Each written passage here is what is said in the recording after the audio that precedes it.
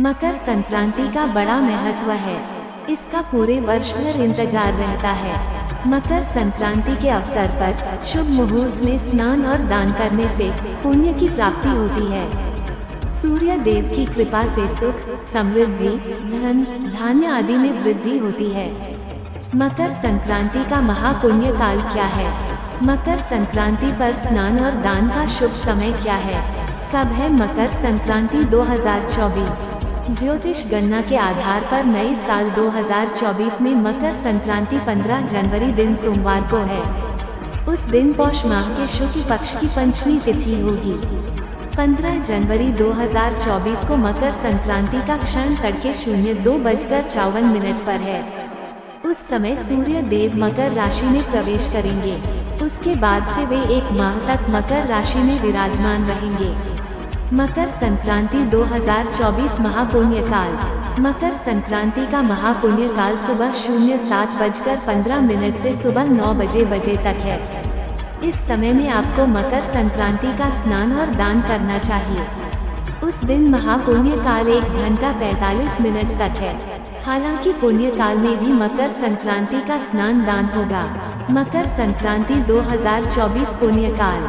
मकर संक्रांति का पुण्य काल 10 घंटे 31 मिनट तक रहेगा। मकर संक्रांति पर पुण्य काल सुबह 07:15 से शाम 05:46 तक है। मकर संक्रांति 2024 स्नान दान मुहूर्त।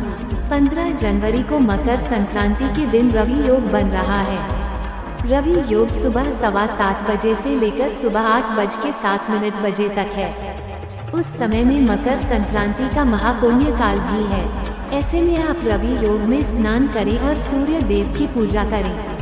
रविवार के दिन रवि योग में सूर्य की पूजा करने का अवसर बड़ा ही शुभ फलदायी हो सकता है। मकर संक्रांति 2024 का प्रभाव। ये घोर नाम की मकर संक्रांति है। इससे लोगों के जीवन में स्थिरता आएगी।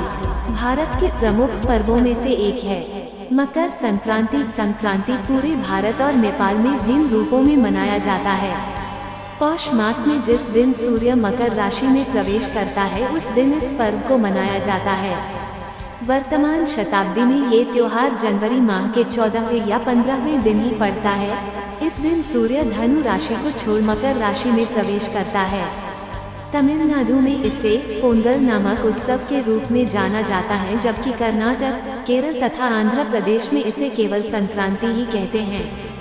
बिहार के कुछ जिलों में ये पर्व तिला संक्रांत नाम से भी प्रसिद्ध है। मकर संक्रांति पर्व को कहीं कहीं उत्तरायण भी कहते हैं। 14 जनवरी के बाद से सूर्य उत्तर दिशा की ओर अग्रसर होता है। इसी कारण इस पर्व को उत्तरायण भी कहते हैं। वैज्ञानिक तौर पर इसका मुख्य कारण पृथ्वी का निरंतर 6 महीनों के समय अवधि के उपरांत उत्तर से दक्षिण की ओर वलन कर लेना होता है, और यह एक प्राकृतिक प्रक्रिया है। मकर संक्रांति क्यों मनाते हैं? इस दिन हुई थी ये ऐतिहासिक घटनाएं। इस दिन से सूर्य उत्तरायण हो जाते हैं और देवलोक में दिन आरंभ होता है। हिंदू धर्म में ऐसे अनेक कारण बताए गए हैं जिनकी वजह से मकर संक्रांति का सभी 12 संक्रांतियों में विशेष महत्व है। श्रीमद् भगवत गीता में भी मकर संक्रांति को बेहद शुभ बताया गया है। हिंदू धर्म में सूर्य देवता से जुड़े कई प्रमुख त्योहारों को मनाने की परंपरा है। उन्हीं में से एक है मकर संक्रांति। शीत ऋतु के पौष मास में जब भगवान भास्कर उत्तरायण होकर मकर राशि में प्रवेश करते हैं तो सूर्य की इस संक्रांति को मकर संक्रांति के रूप में देश भर में मनाया जाता है। वैसे तो मकर संक्रांति हर साल 14 जनवरी को मनाई जाती है, लेकिन पिछले कुछ साल से गणनाओं में आए कुछ परिवर्तन के कारण इसे 15 जनवरी को भी मनाया जाने लगा है। इस साल भी मकर संक्रांति 15 जनवरी को मनाई जा रही है। हिंदू धर्म में सूर्य देवता से जुड़े कई प्रमुख त्योहारों को मनाने की परंपरा है। मकर संक्रांति दान और स्नान का विशेष महत्व। शास्त्रों में मकर संक्रांति के दिन स्नान, ध्यान और दान का विशेष महत्व बताया गया है। पुराणों में मकर संक्रांति को देवताओं का दिन बताया गया है। मान्यता है कि इस दिन किया गया दान 100 गुना होकर वापस लौटता है। भीष्म पितामह ने चुना था देह त्याग के लिए मकर संक्रांति का दिन। मान्यता है कि इस अवसर पर दिया गया दान 100 गुना बढ़कर पुनः प्राप्त होता है। इस दिन शुद्ध घी एवं कंबल का दान मोक्ष की प्राप्ति करवाता है। महाभारत काल में भीष्म पितामह ने अपनी देह त्यागने के लिए मकर संक्रांति का ही चयन किया था। मकर संक्रांति के दिन ही गंगा जी भागीरथ के पीछे पीछे चलकर कपिल मुनि के आश्रम से होती हुई सागर में जाकर मिली थी। मकर संक्रांति पौराणिक कथा श्रीमद्भागवत एवं देवी पुराण के मुताबिक शनि महाराज का अपने पिता से वैरभाव था, क्योंकि सूर्य देव ने उनकी माता छाया को अपनी दूसरी पत्नी संज्ञा के पुत्र यमराज से भेदभाव करते देख लिया था। इस बात से नाराज होकर सूर्य देव ने संज्ञा और उनके पुत्र शनि को अपने से अलग कर दिया था। इससे शनि और छाया ने सूर्य देव को कुष्ठ रोग का शाप दे दिया था। मकर संक्रांति और यमराज की तपस्या। पिता सूर्यदेव को कुष्ठ रोग से पीड़ित देखकर यमराज काफी दुखी हुए। यमराज ने सूर्यदेव को कुष्ठ रोग से मुक्त करवाने के लिए तपस्या की, लेकिन सूर्य ने क्रोधित होकर शनि महाराज के घर कुंभ, जिसे शनि की राशि कहा जाता है, उसे जला दिया। इससे शनि और उनकी माता छाया को कष्ट भोगना पड़ रहा था। यमराज ने अपनी सौतेली माता और भाई शनि को कष्ट में देखकर उनके कल्याण के लिए पिता सूर्य को काफी समझाया। तब जाकर सूर्य देव शनि के घर कुंभ में पहुँचे। मकर राशि में हुआ सूर्य का प्रवेश। कुंभ राशि में सब कुछ जला हुआ था। उस समय शनि देव के पास तिल के अलावा कुछ नहीं था, इसलिए उन्होंने काले तिल से सूर्य देव की पूजा की। शनि की पूजा से प्रसन्न होकर सूर्य देव ने शनि को आशीर्वाद दिया कि शनि का दूसरा घर मकर राशि मेरे आने पर धन धान्य से भर जाएगा। तिल के कारण ही शनि को उनका वैभव फिर से प्राप्त हुआ था, इसलिए शनि देव को तिल प्रिय है। इसी समय से मकर संक्रांति पर तिल से सूर्य एवं शनि की पूजा का नियम शुरू हुआ। मकर संक्रांति से कई पौराणिक मान्यताएं जुड़ी हैं। माना जाता है कि इस सूर्य अपने पुत्र से मिलने उनके घर जाते हैं। इस दिन मकर संक्रांति की कथा सुनने से शनि दोष खत्म होता है। इस दिन स्नान, दान, पूजा पाठ और तिल खाने का खास महत्व है। पौराणिक मान्यताओं के अनुसार मकर संक्रांति के दिन ही सूर्य देव अपने पुत्र शनि से मिलने उनके घर जाते हैं। ये पर्व पिता पुत्र के अनोखे मिलन से भी जुड़ा है। इस दिन सूर्य देव और शनि की कथा पढ़ना बहुत शुभ माना जाता है। माना जाता है कि यह कथा पढ़ने से सुनने मात्र से ही शनि दोष से राहत मिल जाती है। आइए जानते हैं इस कथा के बारे में। मकर संक्रांति की कथा। पुराणों के अनुसार सूर्य देव और उनके पुत्र शनि देव के संबंध अच्छे नहीं थे। इसके पीछे की वजह थी सूर्य देव का शनि की माता छाया के प्रति उनका खराब व्यवहार। दरअसल जब शनि देव का जन्म हुआ तो उनका काला रंग देखकर सूर्य देव क्रोधित हो गए थे और उनके जन्म के दौरान कहा था कि ऐसा पुत्र मेरा नहीं हो सकता। शनि के जन्म के बाद से ही सूर्य देव ने शनि देव और उनकी माता छाया को अलग कर दिया था। ये दोनों जिस घर में रहते थे उसका नाम कुंभ था। जब छाया ने दिया सूर्य देव को श्राप, सूर्य देव के इस व्यवहार से उनकी पत्नी छाया बेहद क्रोधित हुई और उन्होंने सूर्य को कुष्ठ रोग का श्राप दे दिया। इस श्राप से क्रोधित होकर सूर्य देव ने छाया और शनि देव का घर जलाकर राख कर दिया। इसके बाद सूर्य देव की पहली पत्नी संज्ञा से हुए पुत्र यम ने सूर्य देव को छाया के श्राप से मुक्त कराया। इसके साथ ही यम ने सूर्य के सामने मांग रखी थी कि वो माता छाया और शनि के प्रति अपने व्यवहार में बदलाव लाएं। सूर्य को भी अपनी गलती का एहसास हुआ और वह पत्नी छाया और पुत्र शनि से मिलने उनके घर पहुँचे। जब सूर्य शनि के घर पहुँचे तो देखा कि वहाँ सब कुछ जलकर बर्बाद हो गया था। शनि ने किया पिता का स्वागत। सूर्य देव को देखकर शनि देव बेहद प्रसन्न हुए और काले तिल से अपने पिता का स्वागत किया था। शनि देव के इस व्यवहार से सूर्य देव बहुत प्रसन्न हुए। उन्होंने शनि देव को एक नया घर दिया जिसका नाम मकर था। सूर्य के आशीर्वाद से ही शनिदेव 2 राशियों कुंभ और मकर के स्वामी हो गए। सूर्य ने शनि को आशीर्वाद दिया कि वो जब भी उनसे मिलने उनके घर आएंगे तो उनका घर धन धान्य से भर जाएगा। सूर्य ने कहा कि मकर संक्रांति के मौके पर जो लोग भी मुझे काले तिल अर्पित करेंगे उनके जीवन में सुख समृद्धि आएगी। इसलिए मकर संक्रांति के मौके पर सूर्य देव की पूजा में काले तिल का इस्तेमाल करने से व्यक्ति के घर में धन धान्य की कोई कमी नहीं रहती है। पुराणों के अनुसार सूर्य संस्कृति में मकर संक्रांति का पर्व ब्रह्मा, विष्णु, महेश, गणेश, आद्य शक्ति और सूर्य की आराधना एवं उपासना का पावन व्रत है, जो तन मन आत्मा को शक्ति प्रदान करता है। संत महर्षियों के अनुसार इसके प्रभाव से प्राणी की आत्मा शुद्ध होती है, संकल्प शक्ति बढ़ती है, ज्ञान तंतु विकसित होते हैं। मकर संक्रांति इसी चेतना को विकसित करने वाला पर्व है। ये संपूर्ण भारतवर्ष में किसी न किसी रूप में आयोजित होता है। तारांकन विष्णु धर्मसूत्र में कहा गया है कि पितरों की आत्मा की शांति के लिए एवं स्वास्थ्य वर्धन तथा सर्व कल्याण के लिए तिल के 6 प्रयोग पुण्यदायक एवं फलदायक होते हैं। तिल जल से स्नान करना, तिल दान करना, तिल से बना भोजन, जल में तिल अर्पण, तिल से आहुति, तिल का उपटन लगाना। तारांकन सूर्य के उत्तरायण होने के बाद से देवों की ब्रह्म मुहूर्त उपासना का पुण्यकाल प्रारंभ हो जाता है। इस काल को ही परा अपरा विद्या की प्राप्ति का काल कहा जाता है। इसे साधना का सिद्धिकाल भी कहा गया है।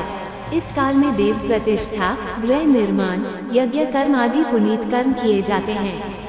मकर संक्रांति के एक दिन पूर्व से ही व्रत उपवास में रहकर योग्य पात्रों को दान देना चाहिए। तारांकन रामायण काल से भारतीय संस्कृति में दैनिक सूर्य पूजा का प्रचलन चला आ रहा है। राम कथा में मर्यादा पुरुषोत्तम श्री राम द्वारा नित्य सूर्य पूजा का उल्लेख मिलता है। तारांकन राजा भागीरथ सूर्यवंशी थे, जिन्होंने भागीरथ तप साधना के परिणाम स्वरूप पापनाशिनी गंगा को पृथ्वी पर लाकर अपने पूर्वजों को मोक्ष प्रदान करवाया था। राजा भागीरथ ने अपने पूर्वजों का गंगाजल, अक्षत, तिल से श्राद्ध तर्पण किया था। तब से माघ मकर संक्रांति स्नान और मकर संक्रांति श्राद्ध तर्पण की प्रथा आज तक प्रचलित है। तारांकन कपिल मुनि के आश्रम पर जिस दिन मातुगंगे का पदार्पण हुआ था, वह मकर संक्रांति का दिन था। पावन गंगा जल के स्पर्श मात्र से राजा भागीरथ के पूर्वजों को स्वर्ग की प्राप्ति हुई थी। कपिल मुनि ने वरदान देते हुए कहा था, मातु गंगे त्रिकाल तक जन जन का पापहरण करेगी और भक्त जनों की 7 पीढ़ियों को मुक्ति एवं मोक्ष प्रदान करेगी। गंगा जल का स्पर्श, पान, स्नान और दर्शन सभी पुण्यदायक फल प्रदान करेगा। तारांकन महाभारत में पितामह भीष्म ने सूर्य के उत्तरायण होने पर ही स्वेच्छा से शरीर का परित्याग किया था। उनका श्राद्ध संस्कार भी सूर्य की उत्तरायण गति में हुआ था। फलतः आज तक पितरों की प्रसन्नता के लिए तिल अर्घ्य एवं जल तर्पण की प्रथा मकर संक्रांति के अवसर पर प्रचलित है। तारांकन सूर्य की 7वीं किरण भारतवर्ष में आध्यात्मिक उन्नति की प्रेरणा देने वाली है। 7वीं किरण का प्रभाव भारतवर्ष में गंगा जमुना के मध्य अधिक समय तक रहता है। इस भौगोलिक स्थिति के कारण ही हरिद्वार और प्रयाग में माघ मेला अर्थात मकर संक्रांति या पूर्ण कुंभ तथा अर्ध कुंभ के विशेष उत्सव का आयोजन होता है। भारत देश में हर साल 2000 से अधिक त्योहार मनाए जाते हैं। इन सभी त्योहारों के पीछे महज सिर्फ परंपरा या रूढ़ी बातें नहीं होती है। हर एक त्योहार के पीछे छुपी होती है ज्ञान, विज्ञान, कुदरत, स्वास्थ्य और आयुर्वेद से जुड़ी तमाम बातें। हर साल 14 या 15 जनवरी को हिंदुओं द्वारा मनाए जाने वाला त्योहार मकर संक्रांति को ही ले तो ये पौष मास में सूर्य से मकर राशि में प्रवेश करने पर मनाया जाता है। वैसे तो संक्रांति साल में 12 बार हर राशि में आती है, लेकिन मकर और कर्क राशि में इसके प्रवेश पर विशेष महत्व है, जिसके साथ बती गति के चलते मकर में सूर्य के प्रवेश से दिन बड़ा तो रात छोटी हो जाती है, जबकि कर्क में सूर्य के प्रवेश से रात बड़ी और दिन छोटा हो जाता है। हिंदू पौराणिक कथाओं के अनुसार इस विशेष दिन पर भगवान सूर्य अपने पुत्र भगवान शनि के पास जाते हैं। उस समय भगवान शनि मकर राशि का प्रतिनिधित्व कर रहे होते हैं। पिता और पुत्र के बीच स्वस्थ संबंधों को मनाने के लिए मतभेदों के बावजूद मकर संक्रांति को महत्व दिया गया। ऐसा माना जाता है कि इस विशेष दिन पर जब कोई पिता अपने पुत्र से मिलने जाते हैं तो उनके संघर्ष हल हो जाते हैं और सकारात्मकता खुशी और समृद्धि के साथ साझा हो जाती है। इसके अलावा इस विशेष दिन की एक कथा और है जो भीष्म पितामह के जीवन से जुड़ी हुई है, जिन्हें यह वरदान मिला था कि उन्हें अपनी इच्छा से मृत्यु प्राप्त होगी। जब वे बाणों की सज्जा पर लेटे हुए थे, तब वे उत्तरायण के दिन की प्रतीक्षा कर रहे थे और उन्होंने इस दिन अपनी आंखें बंद की और इस तरह उन्हें इस विशेष दिन पर मोक्ष की प्राप्ति हुई।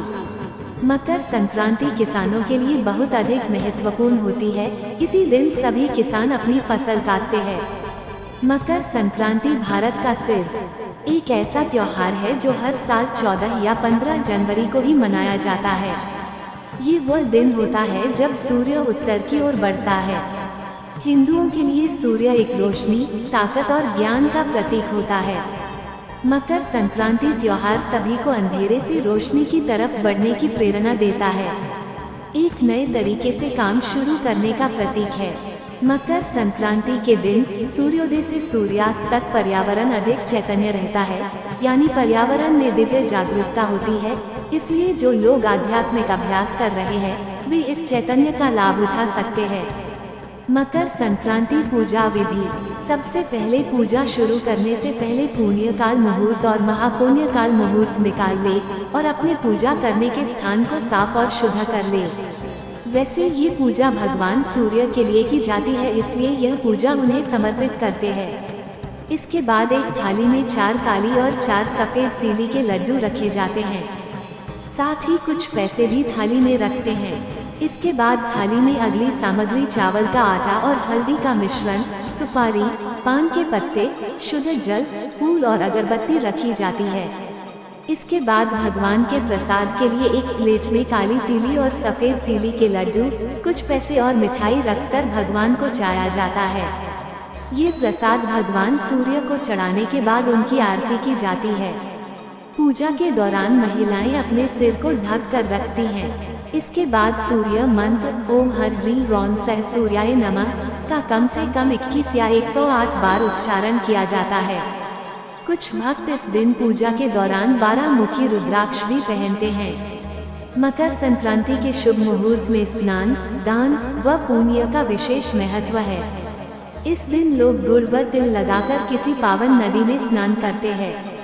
इसके बाद भगवान सूर्य को जल अर्पित करने के बाद उनकी पूजा की जाती है और उनसे अपने अच्छे भविष्य के लिए प्रार्थना की जाती है।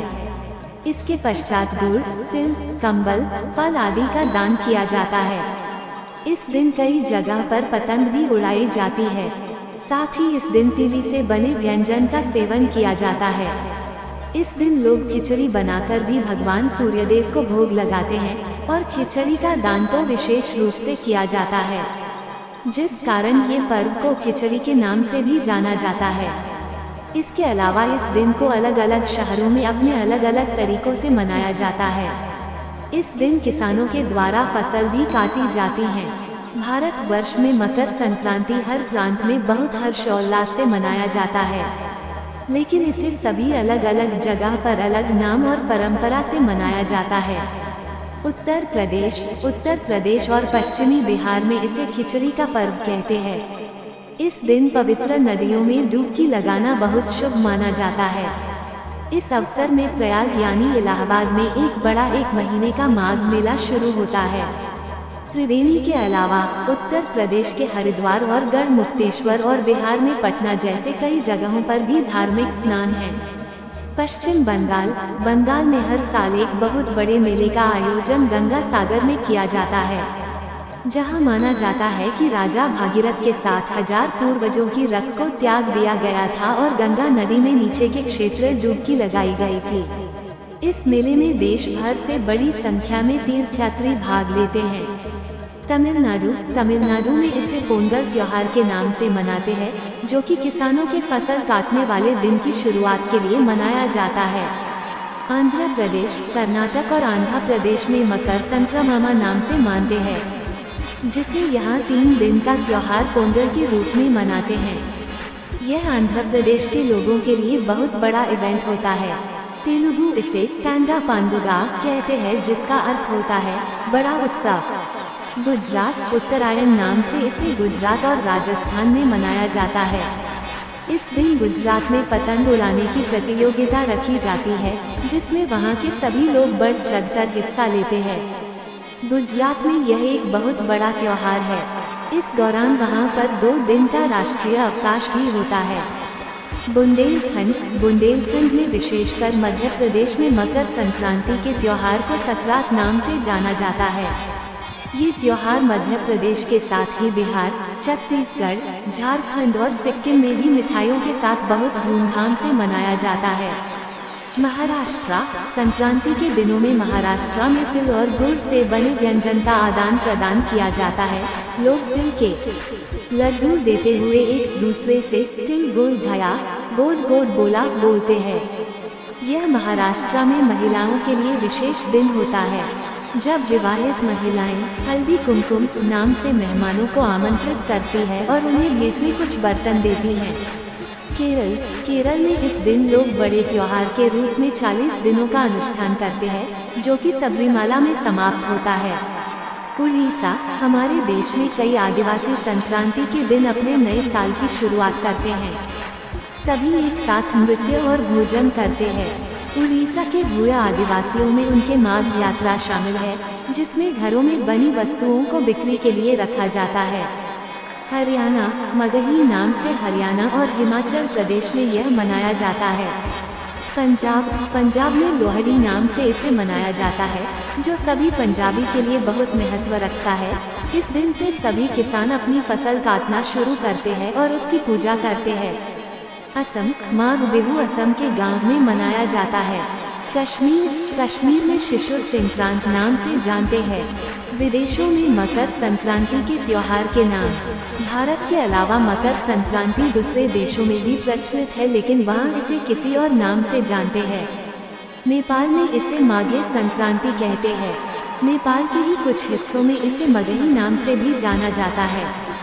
थाईलैंड में इसे सोनक्रन नाम से मनाते हैं। म्यांमार में थिंग्यान नाम से जानते हैं। कंबोडिया में मोहा संगक्रन नाम से मनाते हैं। श्रीलंका में उलावर थिरुनाल नाम से जानते हैं। लाओस में पीमा लाओ नाम से जानते हैं। भले विश्व में मकर संक्रांति अलग अलग नाम से मनाते हैं, लेकिन इसके पीछे छुपी भावना सबकी एक है, वो है शांति और अमन की। सभी इसे अंधेरे से रोशनी के पर्व के रूप में मनाते हैं। धन्यवाद। हैप्पी मकर संक्रांति आप सभी को। राधे राधे।